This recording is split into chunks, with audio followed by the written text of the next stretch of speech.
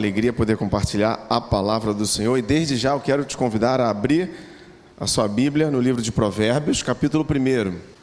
Nós vamos fazer a leitura do verso 1 ao verso 7. Vamos ler? São estes os provérbios de Salomão, filho de Davi, rei de Israel. Eles ajudarão a experimentar a sabedoria e a disciplina, a compreender as palavras que dão entendimento, a viver com disciplina e sensatez, fazendo o que é justo, direito e correto. Ajudarão a dar prudência aos inexperientes e conhecimento e bom senso aos jovens. Se o sábio lhes der ouvidos, aumentará o seu conhecimento, e quem tem discernimento obterá orientação, para compreender provérbios e parábolas, ditados e enigmas dos sábios. O verso 7 diz o seguinte: o temor do Senhor é o princípio do conhecimento, mas os insensatos desprezam a sabedoria e a disciplina. O temor do Senhor é o princípio do conhecimento, mas os insensatos desprezam a sabedoria e a disciplina. Queria que você lesse comigo esse último texto, esse último verso, verso 7. Vamos lá? O temor...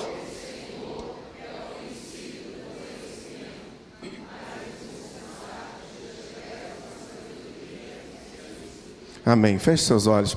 Senhor, nessa noite nós pedimos que a Tua palavra fale aos nossos corações, que o Teu Espírito Santo caminhe no nosso entendimento, Pai, e promova mudanças, ó Pai, que seja o Teu Espírito falando em nome de Jesus. Amém. Queridos, pensar em provérbios, ou melhor, pensar em um provérbio é pensar em ser como. Esse é o significado de provérbios. Ser como, uma aplicação prática. Provérbios, na verdade, eles são declarações e ilustrações morais, práticas, que ensinam realidades da vida diária. Se você já fez a leitura, ou se você ainda não fez, você está perdendo uma grande oportunidade. Faça isso, leia o livro de Provérbios, você vai ver a quantidade de ensinos práticos que você aplica diretamente sobre a sua vida.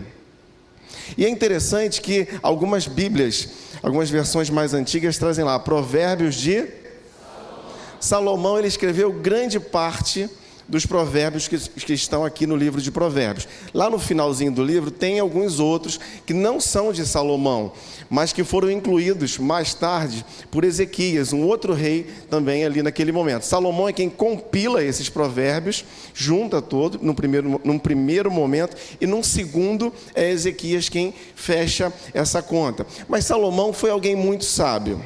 Salomão passou da conta de sabedoria. Quando ele assume o reinado, ele vai fazer um pedido para o Senhor, e ele pede o quê? Sabedoria. E olha só, lá em 2 Crônicas, capítulo 1, do 8 ao 12, vai dizer o seguinte, lá no verso 11: já que este é o desejo do seu coração, e você não pediu riquezas, olha só, Salomão não pediu riquezas, nem bens, nem honra, nem a morte dos seus inimigos, nem vida longa, mas sabedoria e conhecimento para governar o meu povo, sobre o qual o fiz rei. Olha só, Salomão não pediu nada disso. Aí Deus fala, já que você não pediu nada disso, verso 12, você receberá o que pediu, mas também receberá riquezas, bens e honra, como nenhum rei antes de você teve e nenhum depois de você terá. Salomão, ele é um marco, porque ele pede ao Senhor algo e ele recebe muito mais. E eu e você somos pessoas que temos carências, temos necessidades, precisamos de dinheiro, amém? Precisamos de saúde, precisamos de tanta coisa. Você tem uma necessidade que eu não saberia dizer aqui hoje, e eu tenho necessidade que você também não conhece, mas no fundo, o que nós precisamos, direta e unicamente, é sabedoria, porque com sabedoria nós vivemos melhor. Eu não estou dizendo que a gente vai deixar de lado os nossos anseios, eu não estou dizendo que a gente vai deixar de seguir pelo caminho, do estudo, porque tudo vai cair. Não, não é isso, não vai cair tudo do céu, a ideia não é essa, mas a ideia é que eu e você precisamos viver uma vida sábia, e uma vez que nós precisamos e devemos viver essa vida sábia, a sabedoria do Senhor em nós, ela traz consigo algumas virtudes. E nessa série de mensagens, nós vamos falar sobre virtudes excelentes ligadas à sabedoria. Semana passada, o pastor João começou falando sobre qual virtude, você lembra? Disciplina. Mas disciplina é uma virtude excelente que está ligada à sabedoria. E nós vimos, então, na semana passada, que existe a questão do ensino, a disciplina como forma de ensino, a disciplina como envolvendo correção, mas também envolvendo instrução. E nós precisamos ser pessoas disciplinadas e disciplináveis, pessoas ensináveis, pessoas que aprendem até mesmo com os erros, quando são disciplinadas. Mas o texto nos fala de uma outra virtude que está lá no verso 2, que é o entendimento. Ele diz o seguinte: eles ajudarão a experimentar a sabedoria e a disciplina, a compreender as palavras que dão entendimento. Queridos, entendimento aqui tem um significado de clareza, o significado de verdade, ou seja, saber escolher claramente entre o certo e o errado, entre o que é verdadeiro e o que não é. Não é um entendimento apenas de conhecimento, mas é você saber decidir entre certo e errado. Eu não sei quanto a você, mas eu preciso muito disso na minha vida. Sabe por quê? Porque é tão fácil decidir o errado. Às vezes o caminho errado ele tem uma aparência mais doce. A gente conversava sobre isso essa semana. Às vezes aquilo que é errado se mostra de uma forma tão agradável que você fala: isso aqui é o bom, eu vou nisso aqui. E você vai cheio de vontade. Se nós não temos a virtude do entendimento nas nossas vidas, a gente decide errado achando que está fazendo certo. É interessante que desde Gênesis, desde que o pecado entra no mundo, nós somos diariamente confrontados com questões entre certo e errado. Eu e você, não há ninguém aqui que fuja disso, não há ninguém aqui que decida tudo certo, ninguém é perfeito. Como diz um nobre pastor conhecido nosso, pessoas perfeitas estão habitando ali no cemitério de Irajá, não é verdade, pastor Meis? Mas aqui não tem pessoas perfeitas, aqui tem pessoas que precisam de entendimento para decidir de maneira correta. Aqui tem pessoas que precisam buscar sabedoria divina. Provérbios capítulo 16, verso 25, ele diz o seguinte: há caminho que parece reto ao homem, parece, olha o que eu falei, parece que é reto, mas no final conduz à morte. Queridos, 1 grau, se eu traço uma reta aqui por toda a igreja, mas se eu me desvirtuo 1 grau, uma coisa mínima, um pouquinho, eu vou começar a caminhar torto, quando chegar lá na frente eu estou totalmente longe do meu destino. Eu preciso ter entendimento. A sabedoria do Senhor em nós, ela produz entendimento. Outra virtude que a sabedoria do Senhor em nós produz é a sensatez. Sensatez, no verso 3, diz o seguinte: a viver com disciplina e sensatez, fazendo o que é justo, direito e correto. Sensatez traz consigo a ideia de ser prudente, cauteloso. Uma pessoa sensata é uma pessoa que vive de maneira prudente, sabe? Anda com cautela, não sai por aí fazendo as coisas de qualquer jeito. Toda vez que eu venho para a igreja, eu sou convidado a não ter cautela, a não ser prudente. Sabe por quê? Porque eu venho ali pela Coronel Vieira, e lá na Coronel Vieira o trânsito para lá em cima, bem antes. Quem vem dirigindo sabe disso, né? O trânsito para lá em cima. Quando o sinal verde abre lá na frente, você só vê assim, os carros jogando para a esquerda e vem aquela fila de carro para a esquerda. Quando aqueles carros jogam na contramão, eles estão, primeiro, tem uma faixa dupla ali dizendo para ele, não faz isso. Ele está rompendo uma regra. E aí ele arrisca pegar uma moto de frente, como eu vi hoje. Ele arrisca pegar alguém que está atravessando. Imprudência, falta de sensatez, pessoas que não ponderam, pessoas que não compreendem sabiamente. Querido, ser sensato. Eu lembro uma vez, na igreja que eu fazia parte, nós estávamos com músicas autorais, botando músicas autorais, e aí veio um senhorzinho já falecido, chegou para mim, muito humilde, mas muito educado. Davi, olha só, tem uma música que eu queria te mostrar, e eu queria te mostrar porque de repente você bota lá e vai ser aquela coisa. A pessoa quando compõe, ela tem amor pela sua obra, né? É interessante isso. E eu não sei se você vai conhecer, eu não lembro da letra. A letra, quando eu olhei, não era uma folha assim, uma letra simples, mas grande toda a vida. Eu não lembro da letra, mas a melodia era mais ou menos assim: eu vou cantar qualquer letra, e não repare que eu não canto. Jesus Cristo é o nosso Salvador, só Ele é o meu Senhor. Eu te darei muito louvor, somente a Ele. E aí vai.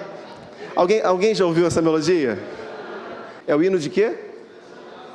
Do Vasco, tem noção? E era um senhorzinho que era vascaíno, roxo, doente, mas aquele negócio estava tão impregnado nele que ele não percebeu. Você acredita? Você acredita que ele fez algo que ele não percebeu? E aí, como é que a gente fica se eu não tiver sensatez? Vamos botar. Vou trazer para cá uma música com uma melodia do hino do Vasco? Não vamos entrar nesse mérito. Mas nós precisamos de sensatez. Em momentos difíceis, em momentos que decisões vêm à nossa mão, em que situações precisam de uma palavra justa, uma palavra sensata. Olha só, meu irmão, muito obrigado, Deus te abençoe, continue usando, mas não cabe, com muito amor, com muito carinho. Como falta sensatez em nós somos imprudentes. É interessante que Provérbios 14, verso 1, diz que a mulher sábia edifica a sua casa, mas com as próprias mãos a insensata derruba a sua. Em outras versões vai chamar o insensato de tola ou que não tem juízo. A pessoa que não tem sensatez é comparada àquele que não tem juízo. A sensatez constrói, a insensatez destrói. E como destrói? Como tem casa destruída por cônjuge insensato? Como tem relacionamentos?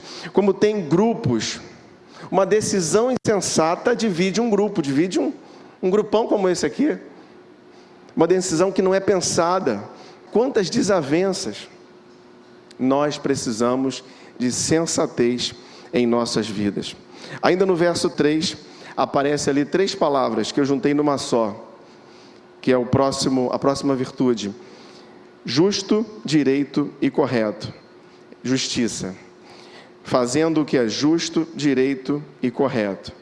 E aí eu juntei os 3 na mesma virtude, porque as 3 estão se referindo a um procedimento da pessoa, ou seja, fazendo o que é justo, direito e correto. E aqui nós temos 3 vertentes diferentes. Primeiro, justiça. O justo se refere aos pesos e medidas. Ou seja, quando eu negocio com alguém, o meu peso, a minha medida está sendo correta. O direito é o julgamento. O julgamento que eu faço em determinados momentos tem sido correto, eu coloco em ordem as coisas. E o correto significa equidade, imparcialidade, honestidade. Queridos, nós vivemos em tempos tão degradados moralmente, que se você faz o certo, você está acima da média. Eu conversava isso com uma pessoa semana passada. Uma pessoa que tem colhido determinados frutos positivos, e a gente estava pensando, mas essa pessoa, ela age corretamente. Não é alguém que vai tão além assim, não. Mas por quê? Porque o ambiente está muito ruim, gente. Fazer o certo surpreende as pessoas. Domingo nós recebemos a Cristolândia aqui. Você estava aqui domingo pela manhã? Amém, glória a Deus. E aí eu rápido resolvendo algumas coisas, passei ali, eles iam entrar com aquelas bandeiras. Aí um rapaz daquele virou para mim e falou assim: essa bandeira aqui, a estrela é para cima ou para baixo? Eu não sabia, né? Aí entrei na internet, pá. Olhei rapidinho e falei, não, a estrela é para baixo. Aí ele falou assim para mim, é porque eu quero fazer o que é certo. Eu quero entrar bonito. Queridos, nós precisamos querer fazer o que é certo. Fazer o que é certo surpreende as pessoas. Esses dias eu fui naquele restaurante que tem um M, e aí comprando para a família, com um aplicativozinho, a gente compra um monte de coisa, num código só. Aí cheguei lá, naquela confusão de bandeja, aquela coisa toda, veio um sanduíche a mais. Quando eu cheguei na mesa, todo mundo vai comer, tinha um sanduíche a mais. Aí eu peguei e voltei. Cheguei para um amigo lá, falei, olha só, eu acho que isso aqui vem a mais, porque está tudo certo lá. Gente, ele ficou uns 2 ou 3 segundos olhando para a minha cara, pensando assim, o que eu vou fazer? Porque ele é treinado para responder, ele é treinado para ter, quando chega alguém irritado, ele é treinado para fazer tudo, sabe, ele tem as palavras-chave, ele é treinado para responder tudo igual, mas ele não sabia, ele ficou pensando, ele ficou assim. Aí ele, então me dá aqui a notinha. Aí conferiu a notinha, porque ele ainda achou que eu tivesse errado. Aí conferiu e falou, ele não sabia o que fazer, ele falou assim, se o senhor precisar de alguma coisa, qualquer coisa, o senhor vem aqui e fala comigo. Ele não sabia o que fazer. Por quê? Não fiz nada digno de aplauso, não. Mas a gente tem que fazer o que é certo, porque é certo. Temos que ser justos. Abacuque capítulo 2, verso 4, diz o seguinte, o ímpio está envaidecido, seus desejos não são bons, mas o justo viverá pela sua fidelidade. Em outras versões vai dizer que o justo vive pela fé. Queridos, aquele que vive em justiça, ele vive pela sua fidelidade, pela fé. Ele não se preocupa em avançar, em tentar lograr êxito de maneira incorreta, em tentar proceder de maneira incorreta como forma de conseguir algo e melhorar a sua vida. Não age com fraudulência.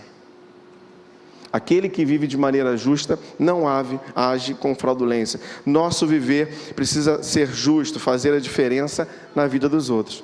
Se eu tenho um viver justo, eu faço diferença na vida dos outros. Faço. Próxima virtude, no verso 4, prudência.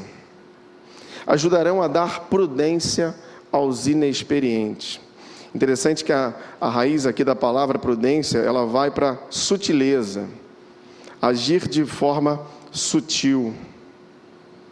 Queridos, o imprudente, ele não respeita limites. Não age de maneira sutil. O imprudente, ele não está preocupado em como ele vai fazer. Ele não quer nem saber o que os outros estão pensando. O imprudente quer agir. E ponto. Eu vou agir. O imprudente não ouve conselhos.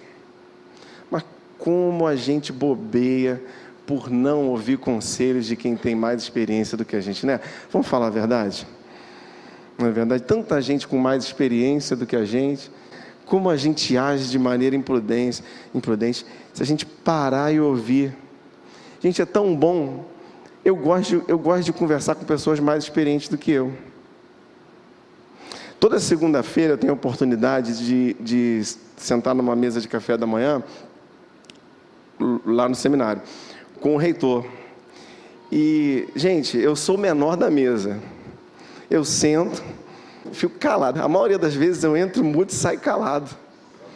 Só aprendendo. E aí eu vejo os problemas sendo resolvidos, como é que ele faz. Aí tem lá um pastor que fala mais agitado. E ele, olha, eu tenho que aprender com a prudência de quem tem exemplo. Eu tenho que aprender com a vida, com os conselhos. Conselhos não é só quando a gente senta e aprende, não. Conselho é olhar a vida do próximo também. Tem vida que já aconselha. Tem vidas aqui nessa igreja, aqui hoje, que só o viver, só o olhar para a pessoa já aconselha, já abençoa. Já viu alguém assim? Gente, domingo eu cheguei na igreja aqui, como eu fui abençoado no domingo. Eu só olhei para uma pessoa, falou nada, acho que ela nem me viu naquele momento. Mas me abençoou. Foi um conselho de vida que ela me deu ali, com um proceder da pessoa. Nós precisamos então ser prudentes. Ouvir, não agir de maneira imprópria, de maneira desmedida, porque na multidão dos conselheiros há sabedoria. Você vê que todas essas virtudes, elas orbitam ao redor da sabedoria. Próxima virtude também no verso 4, conhecimento. Conhecimento aqui no verso 4, ela tem a ideia de habilidade. Ou seja, algo que você faz bem, algo que você sabe fazer. Conhecimento aqui tem a ideia, então, da sua vida, de uma coisa prática. Eu faço isso, eu tenho essa aptidão. E aí é interessante que nós não podemos perder de vista que as nossas aptidões, que os nossos talentos, que as nossas capacitações foram todas concedidas pelo Senhor. Senão desanda o negócio, eu começo a achar que sou eu que estudei. Estudei nada, é Deus.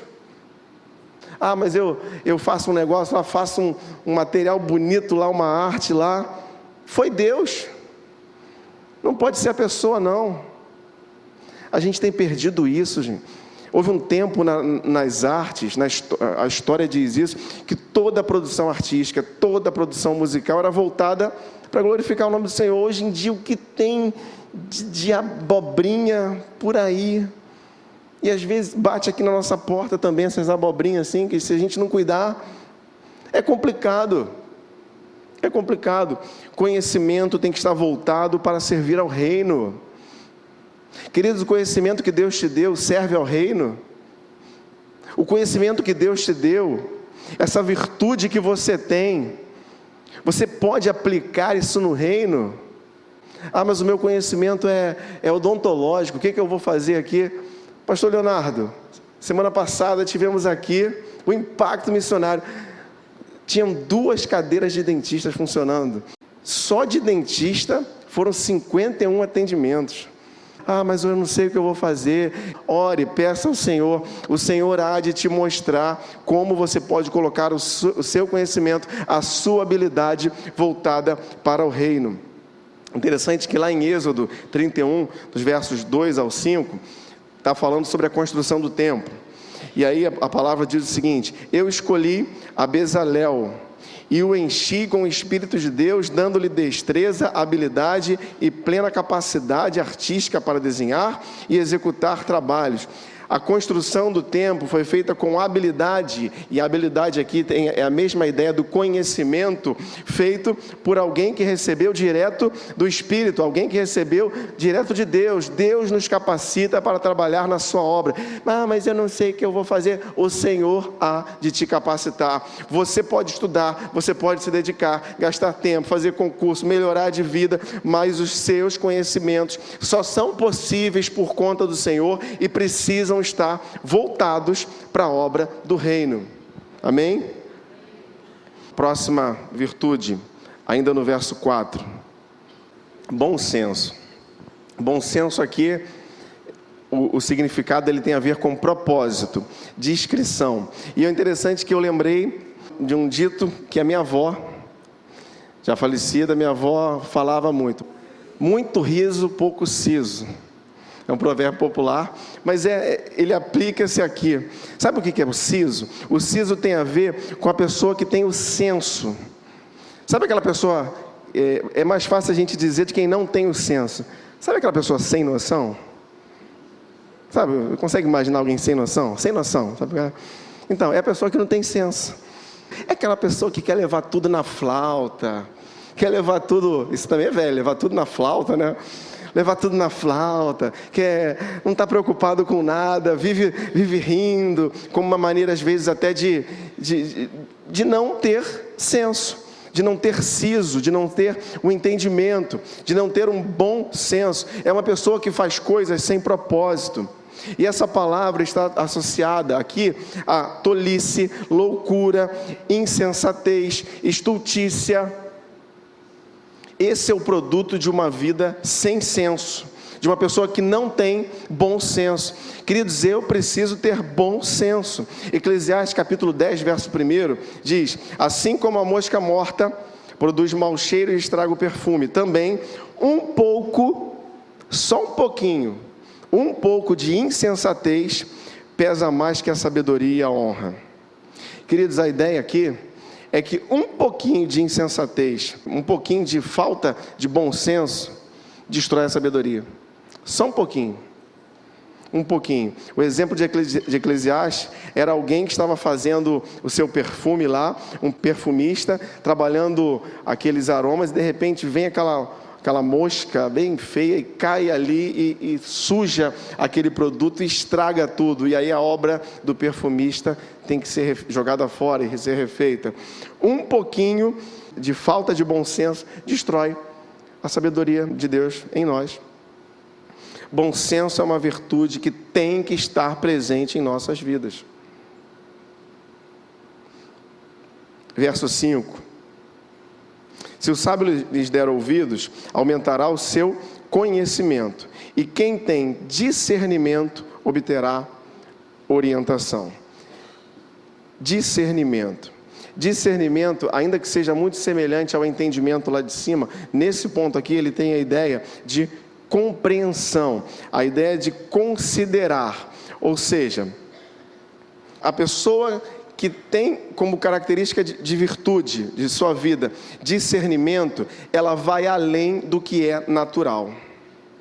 É algo que não é apenas humano, mas é divino, ou seja, é de Deus na sua vida. É algo que naturalmente eu não teria como alcançá-lo. O discernimento é o exemplo lá de Daniel. Daniel capítulo 1, verso 17, diz que aos 4 jovens Deus deu sabedoria e inteligência para conhecerem todos os aspectos da ciência e cultura. E a Daniel, além disso, sabia interpretar todo tipo de sonhos e visões. O interpretar aqui é a mesma raiz do discernimento. Daniel ele tinha algo que ia além.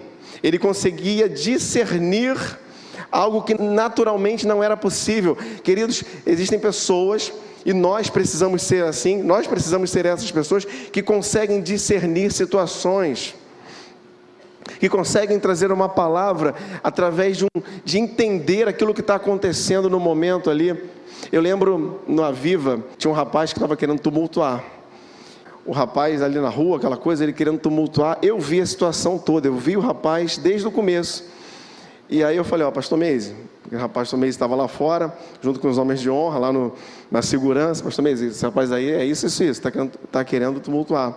Pastor Meise sentou com ele, e ali, uma palavra que o pastor discerniu ali naquele momento ali, daqui a pouco o rapaz estava arrependido, estava chorando, já não queria mais fazer o que ia fazer.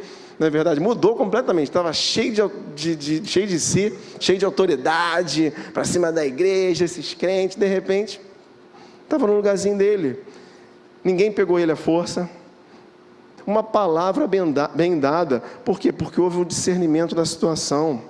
A virtude do discernimento, ela nos leva além da compreensão humana. Eu preciso desenvolver isso na minha vida. Nós precisamos ser pessoas que têm discernimento. Ainda no verso 5, orientação.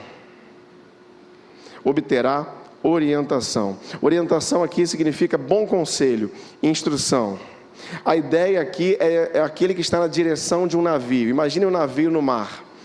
Onda para um lado, onda para o outro. Se não tem uma boa direção, se não tem um bom conselho, ele fica perdido.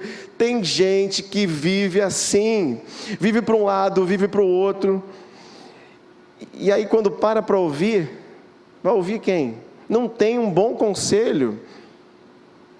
A ideia do texto aqui, na verdade, é você ter o bom conselho.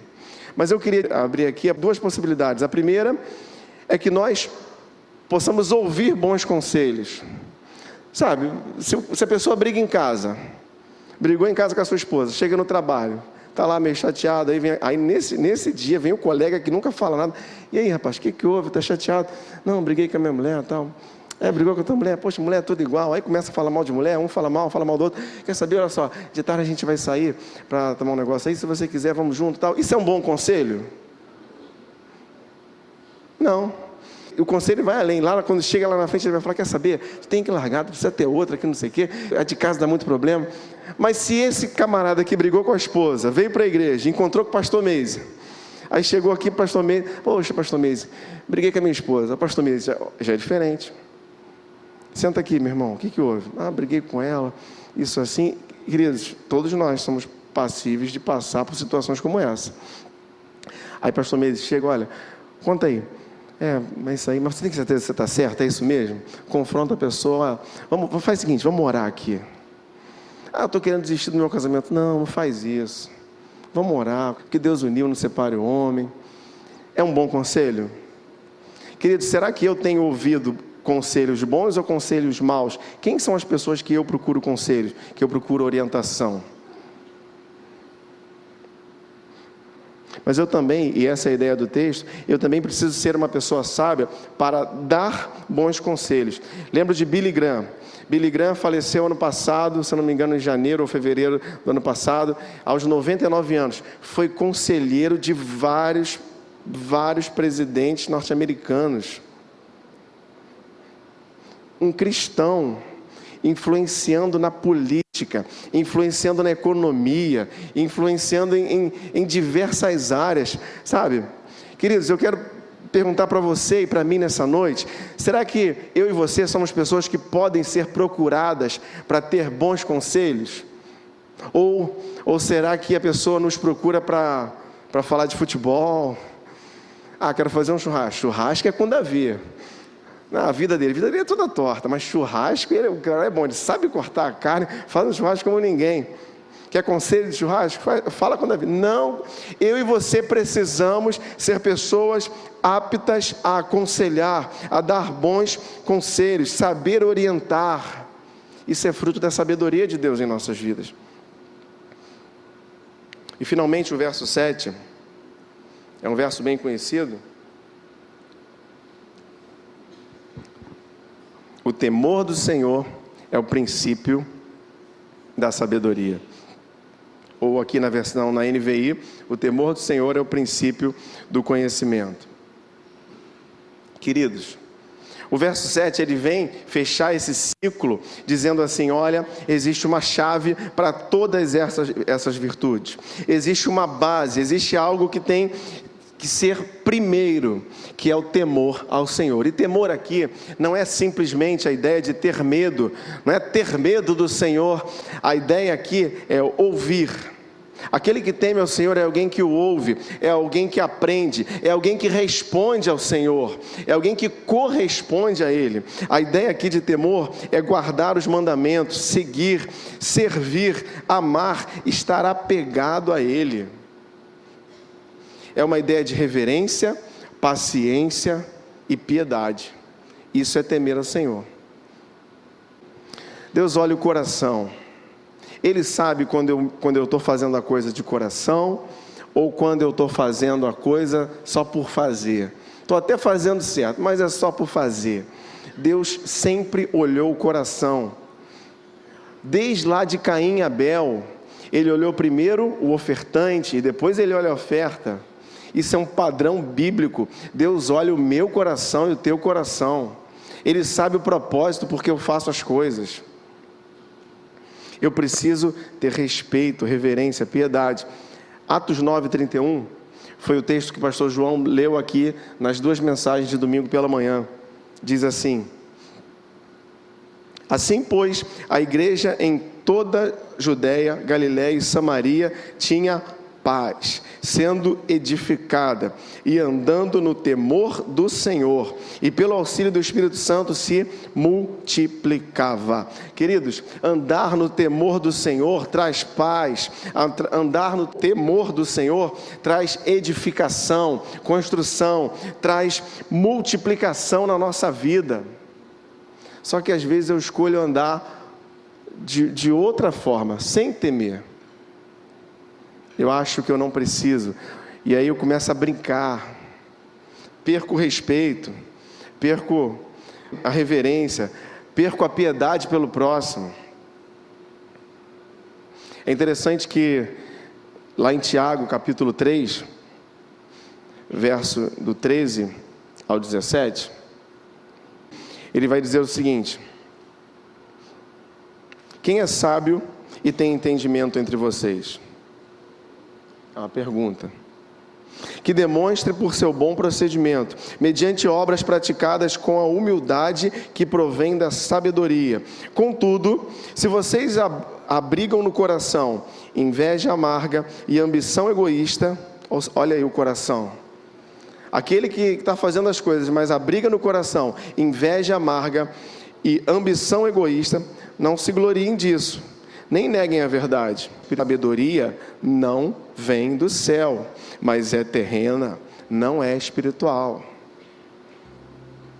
Tem pessoas que fazem muito, que demonstram externamente certas virtudes que na verdade não é sabedoria não vem do céu. E o verso 17, mas a sabedoria que vem do alto, olha aí, a sabedoria que vem do alto é antes de tudo pura, depois pacífica, amável, compreensiva, cheia de misericórdia e de bons frutos, imparcial e sincera. Nessa noite, é muito bom ouvir sobre virtudes ligadas à sabedoria, mas eu preciso entender que a minha sabedoria ela tem que ser uma sabedoria divina. Ela tem que respeitar o temor do Senhor como um princípio de vida. Senão, a minha sabedoria é meramente terrena, ela não é espiritual. Eu preciso da sabedoria divina na minha vida. Amém? Que o Senhor abençoe a sua palavra aos nossos corações. Nós vamos adorar ao Senhor nesse momento.